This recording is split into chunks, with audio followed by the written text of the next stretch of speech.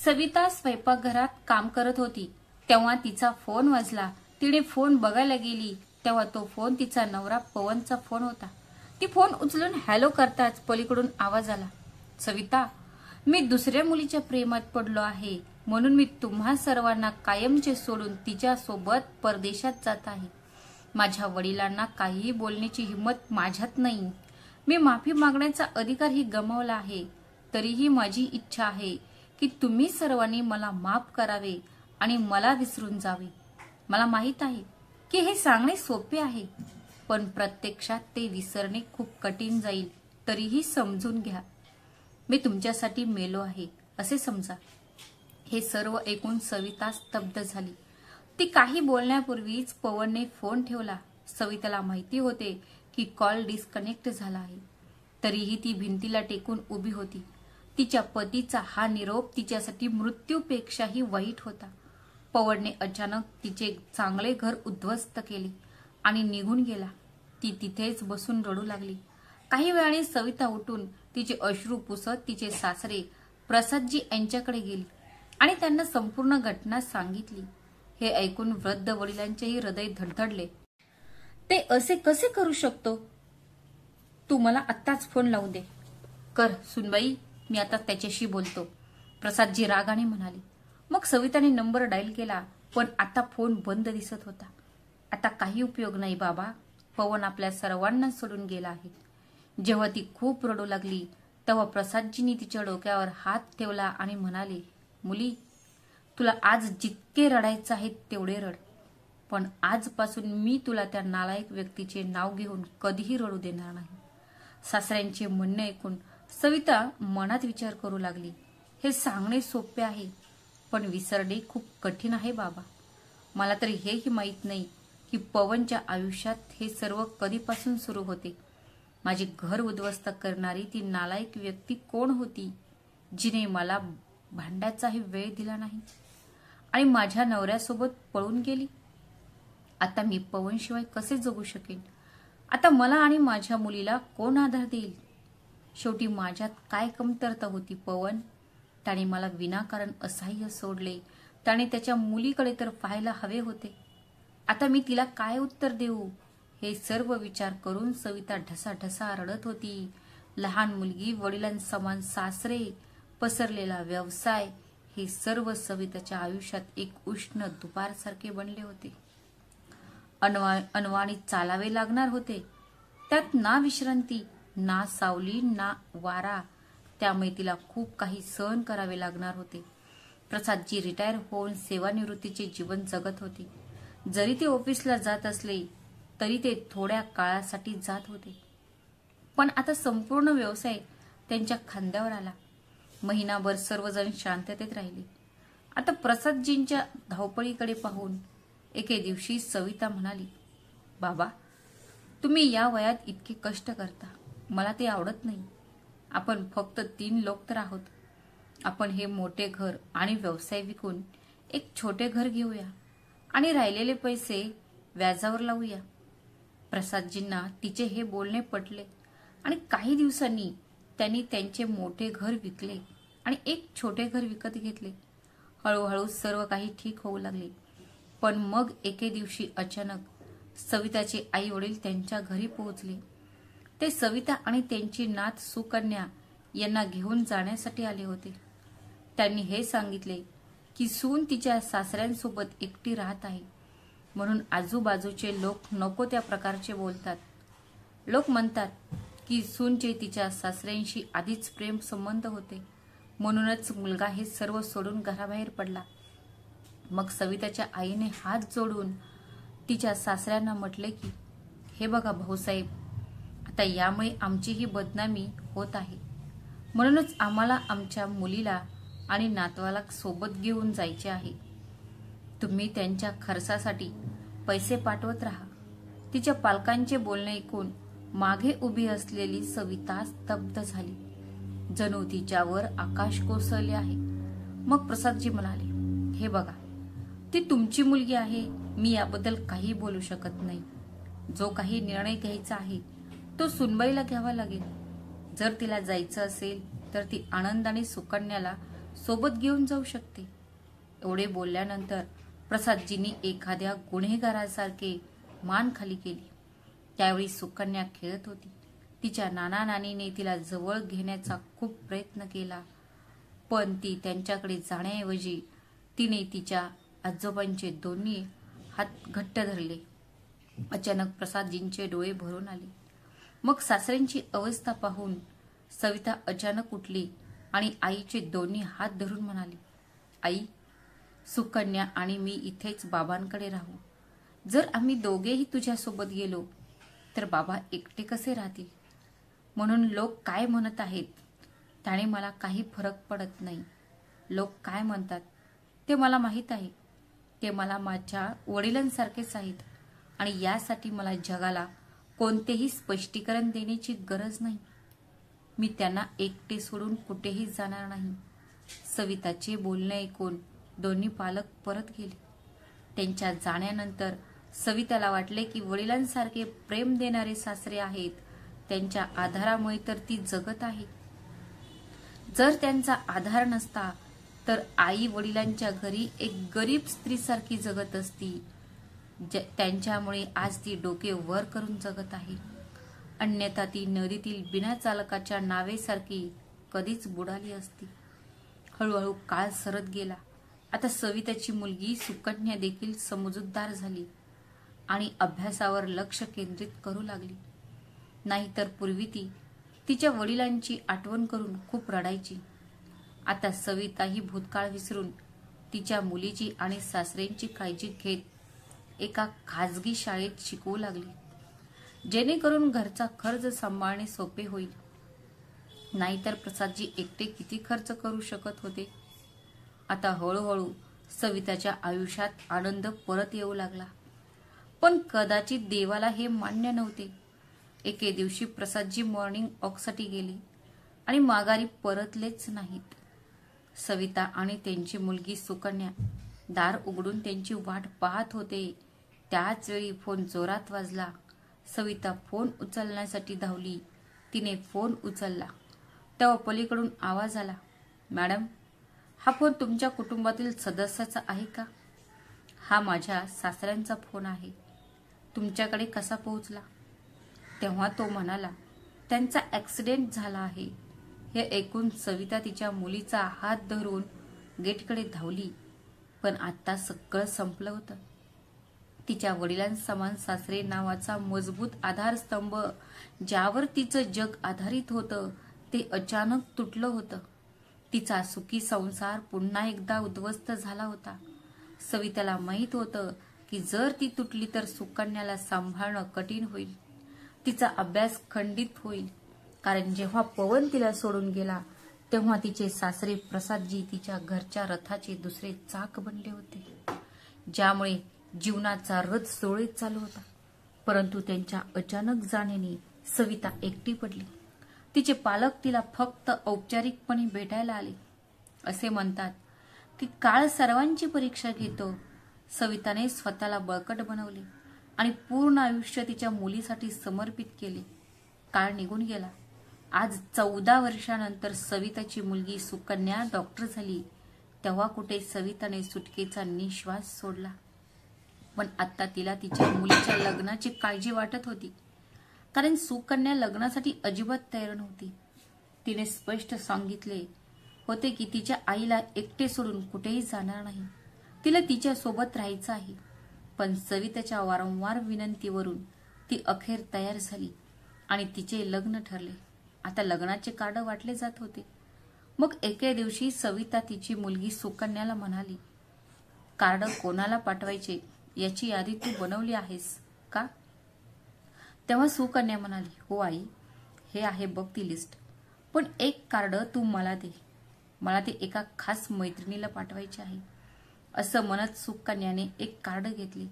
तिची बॅग उचलली, तिची गाडी काढली आणि हॉस्पिटलला निघून गेली. सुकन्या गाडी चालवत होती, पण तिच्या डोळ्यासमोर तिच्या वडिलांचा आजारी चेहरा, त्यांची लांब दाढी आणि उदास डोळे चमकत होते, जे कदाचित तिची माफी मागत होते. कारण तिचे वडील पवनजी काही काळापूर्वी सुकन्या ज्या रुग्णालयात काम करत होती त्या रुग्णालयात दाखल झाले होते. त्यावेळी तिला खूप वाईट वाटले होते की तिचे वडील तिच्या आईपासून वेगळे झाले आहेत. पण त्यांच्या आठवणीने तिचे हृदय सतत दुखत होते आणि आईच्या अथक प्रयत्नांमुळे आणि कठोर परिश्रमांमुळे ती डॉक्टर बनली. तिच्या आईसमोर तिच्या वडिलांचे नाव घेणेही तिला कठीण होते आणि ती ते चुकीचे मानत नव्हती, कारण ती कल्पनाही करू शकत नव्हती की ज्या साथीदारावर तिची आई विश्वास ठेवत होती किंवा ज्याच्या बोटाला ती धरून जीवनाच्या मार्गावर आत्मविश्वासाने पुढे जात होती, तो एके दिवशी शांतपणे तिची बोटे सोडून देईल आणि निघून जाईल. त्याच्या जीवनसाथीच्या विश्वासघातानंतर सविताच्या जगात तिची मुलगी सुकन्याशिवाय कोणासाठीही जागा नव्हती. हे सर्व विचार करत सुकन्याला ती कधी रुग्णालयात पोहोचली हे कळलेच नाही. जेव्हा ती गाडी पार्क करून तिच्या केबिनमध्ये पोहोचली तेव्हा बाहेर रुग्णांची गर्दी होती. तिची सहकारी डॉक्टर केबिनमध्ये बसली होती. नमस्कार डॉक्टर. सुकन्या, कसे आहात? ठीक आहे डॉक्टर. आज तुम्हाला उशीर झाला.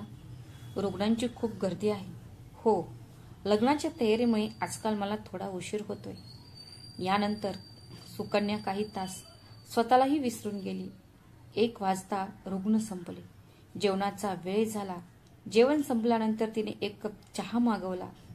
चहा पीत असताना ती हळूहळू भूतकाळाच्या दलदलीत बुडू लागली. वडिलांच्या जाण्याने तिला इतके दुःख झाले होते की तिने लग्न न करण्याचा निर्णय घेतला होता. तिला वाटले की ती एक डॉक्टर आहे आणि तिचे आयुष्य मानवतेची सेवा करण्यात आणि तिच्या आईची काळजी घेण्यात घालवेल.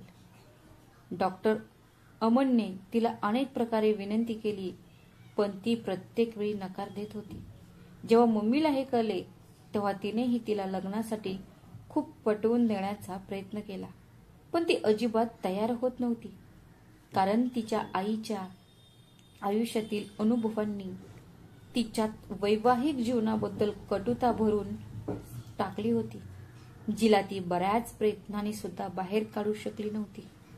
शेवटी थकून हारून तिची आईही शांत झाली. सुमारे 2 महिन्यांपूर्वी ती हॉस्पिटलमध्ये फेऱ्या मारत असताना तिला एका बेडवर एक परिचित चेहरा दिसला. तो वेदनेने कणत होता. वाढलेली दाढी, सुकलेला चेहरा. ती त्या चेहऱ्याला ओळखण्याचा प्रयत्न करू लागली. जेव्हा तिने मनावर ताण आणला तेव्हा तिला आठवले की हा तर तिच्या वडिलांचा चेहरा आहे. ते या अवस्थेत इथे असू शकतात का? असं वाटत होतं की तिच्या मनात भूकंप झाला आहे. तिने नर्सकडे पाहिले आणि विचारले, सिस्टर, त्याला काय झाले आहे? मग सिस्टर म्हणाली, डॉक्टर, त्यांची उजवी बाजू अर्धांगवायू झाली आहे. आता तो थोडा बरा झाला आहे. या रुग्णाचे नाव काय आहे? हे म्हणत ती स्वतः समोर लटकलेल्या चार्टकडे पाहू लागली. चार्टवर पवन शर्मा लिहिलेलं होतं. हे नाव तिच्या हृदयात बाणासारखे घुसले. त्या रुग्णाला पाहून ती सुन्न होऊन परत आली होती. तिच्या वडिलांना अशा अवस्थेत पाहून तिचे हृदय करुणेने भरून आले. खरं तर तो तिचा रुग्ण नव्हता, पण तरीही ती त्याच्या केसमध्ये रस घेऊ लागली.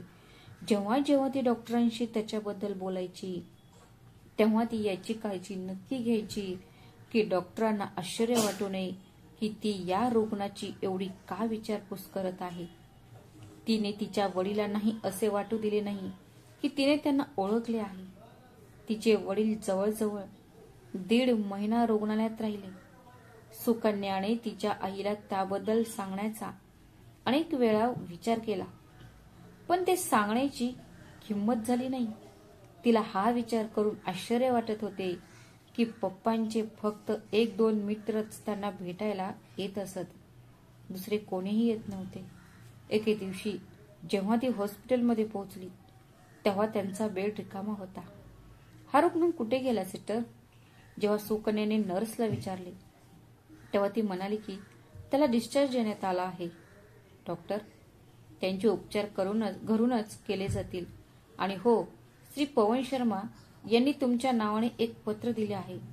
ते तुमच्या ओळखीचे कोणी होते का? डॉक्टर सुकन्या यांना पत्र देताना नर्स म्हणाली. पत्र हातात घेतात सुकन्याचे पाय थरथर कापू लागले. स्वतःवर नियंत्रण ठेवून ती तिच्या केबिनमध्ये आली आणि खुर्चीवर बसली. थरथरत्या हाताने तिने ते पत्र उघडले. त्यात लिहिले होते, प्रिय सुकन्या, तू मला ओळखले असेल किंवा नसेल, पण मी तुला पहिल्याच दिवशी ओळखले होते की तू माझी मुलगी सुकन्या आहेस. तुला माझी मुलगी म्हणण्याचा अधिकार मी खूप मागेच गमावला आहे. पण मी तुझा बाप आहे आणि ही माझ्यासाठी अभिमानाची गोष्ट आहे. मी दुर्दैवी आहे की मी तुझ्यासारख्या मुलीला माझी मूल म्हणू शकत नाही, जिच्यामुळे मी तुम्हा दोघांना, आई आणि तुला सोडून गेलो होतो. ती मला खूप आधीच सोडून गेली. आपल्या प्रियजनांना दुखून कोणी आनंद कसा मिळवू शकतो? मी हे विसरलो होतो.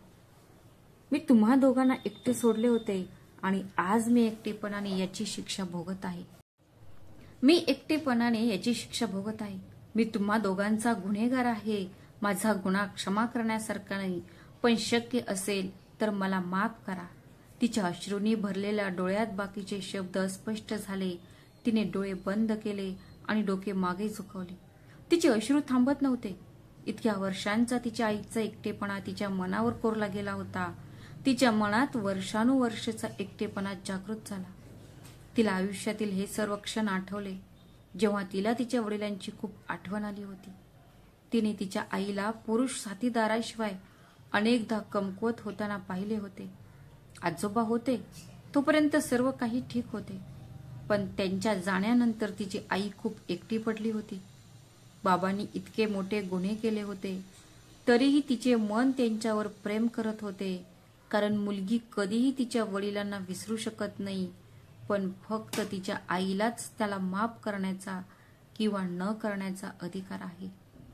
जर तिच्या आईने त्यांना माफ केले तर सुकन्याला तिच्या वडिलांना पुन्हा स्वीकारणे कठीण झाले नसते. तिच्या वडिलांचे माफीपत्र वाचल्यानंतर तिच्या मनात लग्नाबद्दल आलेला द्वेष हळूहळू वितळू लागला. तिने डॉक्टर अमन यांना लग्नासाठी होकार दिला.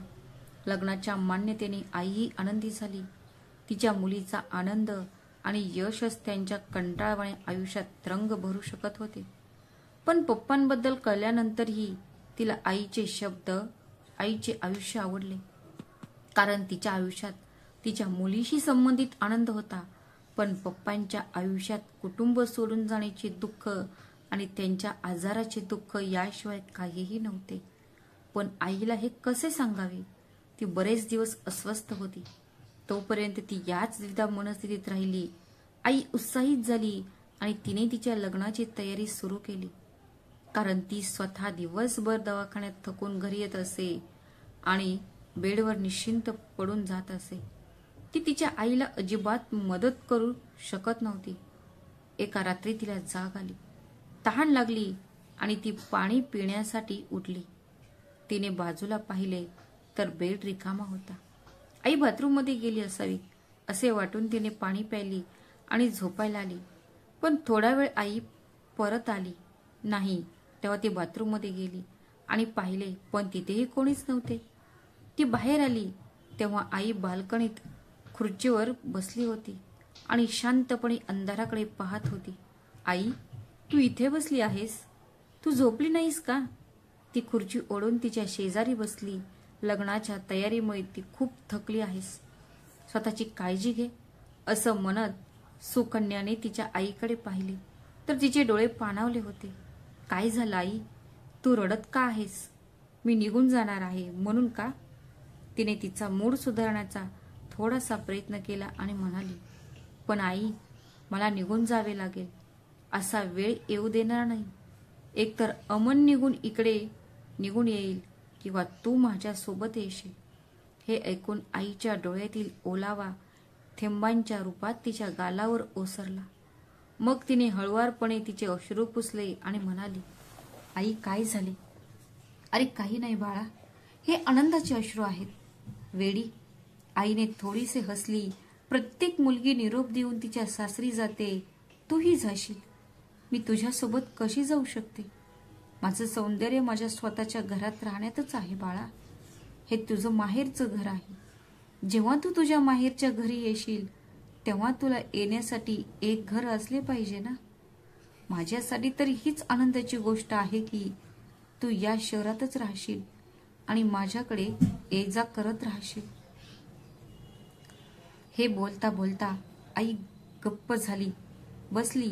तिला स्पष्टपणे जाणवले की आई अंधारात एकटक पाहून तिचे येणारे अश्रू पिण्याचा अयशस्वी प्रयत्न करत आहे. सुकन्याने हळुवारपणे तिचा तळहात हातात घेतला आणि त्याला स्पर्श करत म्हणाली, तुला बाबांची आठवण येत आहे ना?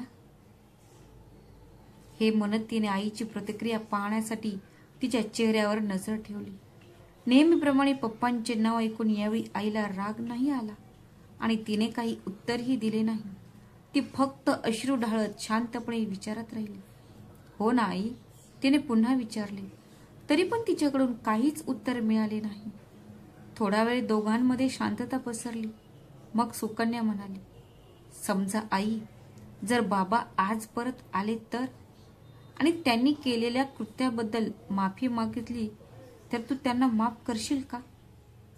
तो एक नाजूक वेळ होता आणि ती शांत मूड होता, म्हणून न रागवता सविता तिच्या मुलीच्या गालावर हळूच थाप मारत म्हणाली, तू व्यर्थ विचार का करतेस बाळा? जर ते आपले असते तर सोडूनच का गेले असते? आणि जर त्यांना यायचेच असते तर आतापर्यंत का आले नाहीत? पण बाळा, तुला त्या व्यक्तीची आठवण काय येते? तुझे नवीन आयुष्य सुरू होणार आहे. अमन एक चांगला मुलगा आहे. तू खूप आनंदी राहशील. फक्त मीच नाही आई, आपण दोघीही त्यांची आठवण काढत आहोत. हे ऐकून आईचे डोळे पुन्हा एकदा भरून आले. मग अश्रू पुसत ती म्हणाली, तुझ्या वडिलांचे आणि माझ्यातील नाते कटुतेने भरलेले आहे बाळा. आम्ही आमच्या वैवाहिक आयुष्यात खूप आनंदी होतो. जर ती स्त्री त्यांच्या आयुष्यात आली नसती आणि तुझे वडील मार्गभ्रष्ट झाले नसते तर आज आपले आयुष्य खूप आनंदी असते आणि माझ्या आयुष्याची संध्याकाळ इतकी काळी आणि एकटी नसती. उर्वरित आयुष्य कसे जाईल बाळा? जीवनसाथी नसणे आयुष्यात सर्वात जास्त वेदना देते बाळा. आयुष्याच्या जोडीदाराची अनुपस्थिती सर्वात जास्त त्रासदायक असते. लक्षात ठेवा. तुम्ही आणि अमन यांनी नेहमीच एकमेकांशी प्रामाणिक असले पाहिजे आणि इतके जवळ राहिले पाहिजे की त्यांच्यामध्ये तिसरा कोणीही जागा करू शकणार नाही. काय विचार करत आहात डॉक्टर सुकन्या? ड्युटीचा वेळ संपला आहे. तुम्हाला घरी जायचे नाही का? डॉक्टर आर्याचा आवाज ऐकून सुकन्या पुन्हा वर्तमानात परतली. तिने डोळे उघडले तेव्हा तिला दिसले की तिची सहकारी डॉक्टर आर्या तिच्याकडे आश्चर्याने पाहत होती. काय झालं डॉक्टर? सुकन्या, तू रडत होतीस का? नाही, मला फक्त काही जुन्या गोष्टी आठवल्या, ती डोळे पुसत म्हणाली. तिने तिची बॅग उघडली आणि पुन्हा आत ठेवलेल्या कार्डकडे पाहिले, ज्या स्लिपवर त्याने बाबांचे नाव लिहिलेले होते. तिने हॉस्पिटलच्या रेकॉर्डमध्ये लिहिलेला पत्ताही त्यावर लिहून ठेवला होता. तो पाहिला आणि बॅग खांद्यावर ठेवून बाहेर पडली. पवन शर्माचा पत्ता शोधत शोधत सुकन्या त्यांच्या घरी पोहोचली तेव्हा संध्याकाळ झाली होती. तिने धडधडत्या हृदयाने बेल वाजवली. काही वेळाने पवन शर्माने दार उघडले. ते तिच्याकडे आश्चर्याने आणि आनंदाने पाहत होते. तुम्ही डॉक्टर सुकन्या आहात ना? हो बाबा, ती खूप कष्टाने बोलू शकली. वर्षानुवर्षानंतर पप्पा बोलण्यासाठी तिला खूप प्रयत्न करावे लागले. ये आत ये मुली. पवनजीच्या आनंदाला सीमा नव्हती. कदाचित त्यांना काय करावे आणि काय करू नये असे समजत नव्हते. मग त्यांनी त्यांच्या मनात उठणारे वादळ शांत केले. मग सुकन्याने हातातील कार्ड त्यांच्या हातात देत ती म्हणाली, हे माझे लग्नाचे कार्ड आहे. तुम्ही यायलाच हवे. तुझे लग्न होणार आहे? ते आनंदाने म्हणाले. मग कार्ड घेऊन ते हळूच म्हणाले, ह्याबद्दल तुझ्या आईला माहित आहे? हो, ती खोटं बोलली, पण तुम्ही यायलाच हवे. असं म्हणत सुकन्या क्षणभरही न थांबता मागे वळली. पवनजी आत आले आणि थकल्यासारखं खुर्चीवर बसले. फक्त त्यांनाच माहिती होतं की त्यांच्या कुटुंबापासून वेगळे झाल्यानंतर त्यांना किती त्रास झाला आहे. त्यांनी त्यांच्या वाढत्या मुलीला पाहण्याचा किती प्रयत्न केला होता.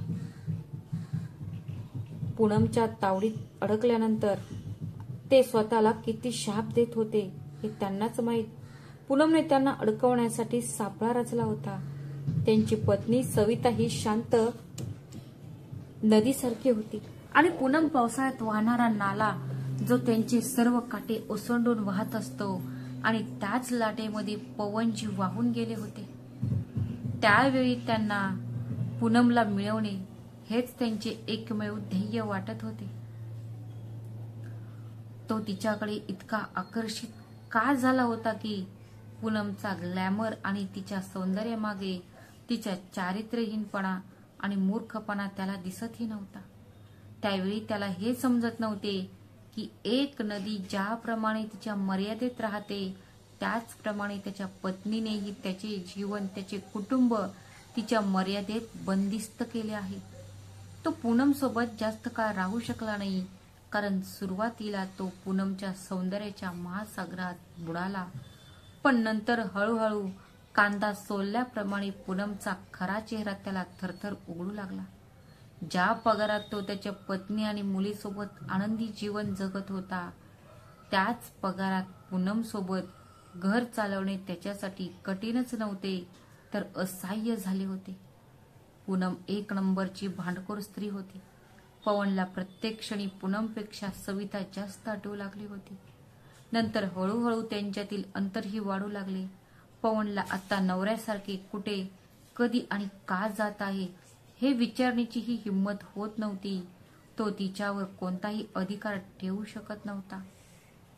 ते दोघे जवळजवळ 4 वर्ष एकत्र राहिले.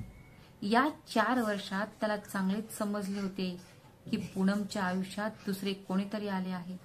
इच्छा असूनही तो तिला थांबवू शकला नाही किंवा कदाचित त्यावेळी त्याला पहिल्यांदाच नाकारले जाण्याचे दुःख समजत होते. गेल्या 10 वर्षात त्याने सविताकडे परत जाण्याचा खूप प्रयत्न केला. तो सविताबद्दल सर्व काही माहिती काढत राहिला. की पूनम सोबत कधीच परदेशात गेला नाही. त्याने सविताला खोटे सांगितले होते की तो त्या मुलीसोबत परदेशात जात आहे, जेणेकरून कोणीही त्यांना शोधू नये. जेव्हा त्याची मुलगी डॉक्टर म्हणून शिक्षण पूर्ण करून परत आली तेव्हा तो त्याच्या मुलीची एक झलक पाहण्यासाठी वेड्यासारखा हॉस्पिटलच्या गेटवर अनेक वेळा उभा राहिला. पण लोकांच्या गर्दीत त्याला त्याची मुलगी सुकन्या कधीच दिसली नाही. आणि मग त्याच्या आयुष्यात हा दुःखद क्षण आला. त्यांना ऑफिसमध्येच अर्धांगवायूचा झटका आला. तेव्हा या घटनेने एक दुःखद वळण घेतले. जेव्हा त्यांचे ऑफिसचे मित्र त्याला हॉस्पिटलमध्ये घेऊन जाऊ लागले तेव्हा त्यांना त्यांची मुलगी जिथे काम करत होती त्या हॉस्पिटलचे नाव समजावून सांगायला खूप त्रास झाला. कदाचित तो त्याच्या मुलीला शेवटचे भेटू शकेल या आशेने. आणि ते घडले. सुकन्या त्यांना ओळखत नव्हती किंवा त्यांना ओळखण्यात तिला रसही नव्हता. सुकन्याला पत्र लिहिल्यानंतर ते तिला विसरलेही होते. पण आज सुकन्याला समोर पाहून त्यांचे कुटुंबाकडे परतण्याचे स्वप्न ताणू लागले. त्यांच्या भावना पुन्हा बळकट होऊ लागल्या. पण सविता त्याला माफ करेल की नाही हे त्यांना माहीत नव्हते. बाहेर रस्त्यावर एका वाहनाचा मोठा आवाज ऐकू येताच ते भूतकाळातून बाहेर आले. नाहीतर ते किती वेळ असेच बसले होते हे त्यांनाही माहीत नव्हते. त्यांनी कार्ड उचलले, ते उलटे केले आणि मनात ठरवले की तो त्याच्या मुलीच्या लग्नाला नक्कीच जाईल. मग परिणाम काहीही असो. जरी सविताने त्याचा अपमान केला तरी चालेल, कारण त्याने सविताला दिलेल्या त्रासापेक्षा तो अपमान काहीच नाही आणि कुटुंबापासून दूर राहून त्याला मिळणाऱ्या वेदनांपेक्षा कमी नसेल. हा विचार करून त्यांचे मन शांत झाले. दुसरीकडे घरी गेल्यानंतर सुकन्या तिचे मन शांत करू शकली नाही. तिच्या मनात फक्त एकच गोष्ट वारंवार चालू होती की तिला हे समजत नव्हते की तिने जे केलं आहे ते चांगले आहे की वाईट. तिच्या आईची प्रतिक्रिया काय असेल. तिला आईला काहीही बोलण्याची हिंमत नव्हती. आता जे होईल ते होईल असा विचार करून तिने तिचे मन आणि हृदय शांत केले. काही दिवसांनी लग्नाचा दिवस आला आणि वधू बनलेली सुकन्या आरशात स्वतःला पाहत होती. तिची आई घामाने भिजली होती आणि सर्व काही सांभाळण्यात व्यस्त होती. लग्नाची मिरवणूक येणार होती. तिची डॉक्टर मैत्रिणी तिच्या आईला थोडी मदत करत होती. तेवढ्यात बँडचा आवाज येऊ लागला. मग सगळे धावत बाहेर आले आणि म्हणाले की लग्नाची मिरवणूक आली आहे. ती खोलीत एकटीच उभी राहिली होती. बाबा अजून आले नाहीत. ते येतील की नाही हे तिला माहित नाही. तिला तिचा प्रयत्न यशस्वी व्हावा अशी इच्छा होती. ती असा विचार करत होती तेव्हाच तिची आई तिला घेण्यासाठी खोलीत आली. चल बाळा, चल जय मालासाठी जाऊया, म्हणून ती तिच्या आईसोबत स्टेजकडे चालू लागली. जय माला झाली, जेवण संपले, फेऱ्या सुरू झाल्या आणि संपल्या सुद्धा, पण तिची नजर गेटकडेच होती. तिला इतकी हरवलेली पाहून तिच्या आईने तिला एक दोनदा अडवले, पण तिच्या मनात काय चालले आहे याची तिला काहीच कल्पना नव्हती. लग्नानंतर तिचे डॉक्टर मित्र आणि नातेवाईक सर्व आपापल्या घरी गेले. सकाळी निघण्याच्या वेळी सुकन्याचे फक्त काही जवळचे नातेवाईक उरले होते. निरोपाची तयारी सुरू होती, पण तिचे मन दुःखी होते. बाबांनी ही संधी गमावली. या आनंदाच्या प्रसंगी आईने कदाचित बाबांना माफ केले असते. ती याबद्दल विचार करत असताना डॉक्टर आर्या आत आल्या आणि म्हणाल्या, सुकन्या, कोणीतरी तुझ्याबद्दल विचारत आहे. मला? हो, तुला. कोणी? पवन शर्मा नावाचा व्यक्ती आहे. पवन शर्मा? तिनं आनंदाने डॉक्टर आर्याचा हात धरून म्हणाली, माझ्यावर एक उपकार करा डॉक्टर, त्यांना माझ्या खोलीत घेऊन या. डॉक्टर आर्या आश्चर्याने म्हणाले, तो कोण आहे? आता सध्या तरी हा प्रश्न विचारू नका. कृपया त्यांना इथे घेऊन या. काही वेळाने डॉक्टर आर्या पवन शर्मा सोबत खोलीत आले. बाबा, तुम्ही काल लग्नाला का आला नाही? ती निंदनीय स्वरात म्हणाली. वडिलांच्या हक्कांपासून वर्षानुवर्ष असलेले अंतर क्षणातच विरघळले. पवनजी तिथेच उभा राहिले. त्यांना आपल्या मुलीला मिठी मारावीशी वाटत होती, पण त्यांच्या गुन्ह्याने त्यांच्या पायात बेड्या घातल्या होत्या. वडिलांचे हक्क त्यांच्या अस्तित्वापासून वेगळे झाले होते. मुली, मला वाटले की तुझी आई मला पाहून कशी प्रतिक्रिया देईल, आणि हे तुझे लग्न आहे. मला पाहून तिचा मूड खराब होऊ नये. मला या आनंदी क्षणात व्यत्यय आणायचा नव्हता. तुझी आई कुठे आहे डॉक्टर आर्या? ती आश्चर्यचकित होऊन म्हणाली. कदाचित ती आतल्या खोलीत निरोपाची तयारी करत असेल. चला बाबा. ती एका हातात लेहंगा आणि दुसऱ्या हातात पवनजीचा हात धरून आत गेली. जेव्हा ती तिच्या आईसमोर उभी राहिली तेव्हा इतक्या वर्षांनी पवनजी काठीच्या आधारावर तिच्या समोर उभे असलेले पाहून सविताला धक्का बसला. तुम्ही? सविता एवढेच बोलू शकली. तेव्हा सुकन्या तिला थांबवून म्हणाली, आई, बाबांना तुला काहीतरी सांगायचं आहे. बोला ना बाबा. सविता, मला माफ कर. ज्याच्यासाठी मी तुला इतके दुःख दिले ती मला बऱ्याच वर्ष पहिले सोडून गेली. मला माहित आहे की माझा गुन्हा अक्षम्य आहे, म्हणूनच मी इतक्या वर्षापासून परत येण्याचे धाडस करू शकलो नाही. पण तुम्हा दोघांसाठी मी किती आतुर होतो हे फक्त मलाच माहिती आहे. सुकन्याची एक झलक पाहण्यासाठी मी हॉस्पिटलच्या गेटवर सतत उभा राहत होतो. तुला पाहण्यासाठी तर मी वेड्यासारखा शाळेच्या आवारात फिरायचो. जर तुला कधी पाहिले तर मी स्वतःमध्येच मग्न व्हायचो आणि मग विचार करायचो की मी तुला किती त्रास दिला आहे. तू खूप कष्टाने तू स्वतःला सावरले आहे. पुन्हा माझ्यामुळे ते उद्ध्वस्त होऊ नये हे सर्व विचार करून माझे प्रयत्न कमकुवत होते. माझ्या आजारपणातही मी त्या रुग्णालयात दाखल झालो, जेणेकरून मी माझ्या आयुष्याच्या शेवटच्या दिवसात माझ्या मुलीला मनापासून पाहू शकेन. सविता, मला माफ कर. आजही जर सुकन्याने आग्रह धरला नसता तर मी तुझी माफी मागण्याचे धाडस करू शकलो नसतो. पवनजीने काठी बाजूला टेकवून आपले दोन्ही हात जोडून सविताची माफी मागितली. सवितेला वाटलं की मोठ्याने रडावंसं, पण तिच्या मुलीचा निरोप, पवनने अशा प्रकारे माफी मागणे, इतक्या वर्षांचा संघर्ष, तिचे अश्रू घशातच गुदमरायला लागले.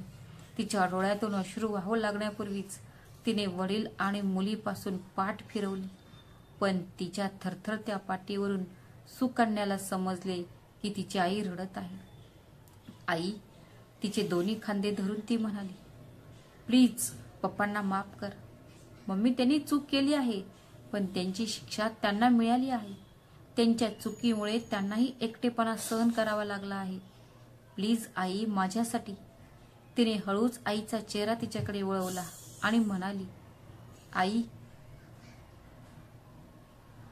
मला या घराला आणि माझ्या कुटुंबाला पूर्ण बघायचं आहे. तिच्या मुलीकडून हे ऐकून सविताने पवनजीकडे पाहिले आणि अचानक तिच्या डोळ्यात वेदना आणि अश्रू भरून आले. ती म्हणाली, मुली, ज्या दिवशी ते आपल्याला सोडून गेले होते त्या दिवशी आपले कुटुंब अपूर्ण झाले होते. आणि क्षमेबद्दल बोलायचं झालं तर बाळा, जखमा बऱ्या होऊ शकतात, पण विश्वासघाताचा डंक आयुष्यभर आपल्या सोबत राहतो.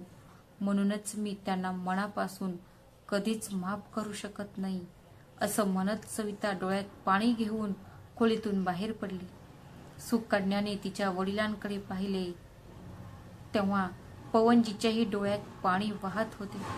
ठीक आहे बाळा, तू तुझ्या बाजूने खूप प्रयत्न केलेस. यात सविताचाही काही दोष नाही. यात चूक माझी आहे, जे मी आयुष्यभर भोगेन.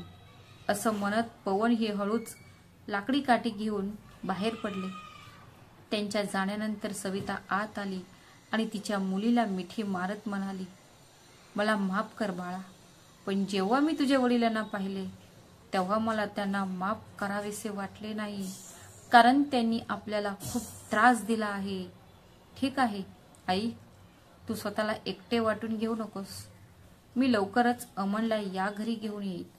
असं म्हणत सुकन्यानेही तिच्या आईला मिठी मारली आणि रडू लागली. काही वेळाने निघताना आणि ती गाडीत बसली असताना आईला गेटवर उभी पाहून सुकन्या अश्रूंनी भरलेल्या डोळ्यांनी निघून गेली. तर मित्रांनो, सविताने तिच्या नवऱ्याला माफ करायला हवे होते की नाही हे तुम्ही आम्हाला कमेंट बॉक्समध्ये नक्की कळवा. जर तुम्हाला ही कथा आवडली असेल तर व्हिडिओला लाईक आणि शेअर करा आणि आमच्या चॅनलला सबस्क्राईब करा. श्री स्वामी समर्थ. धन्यवाद.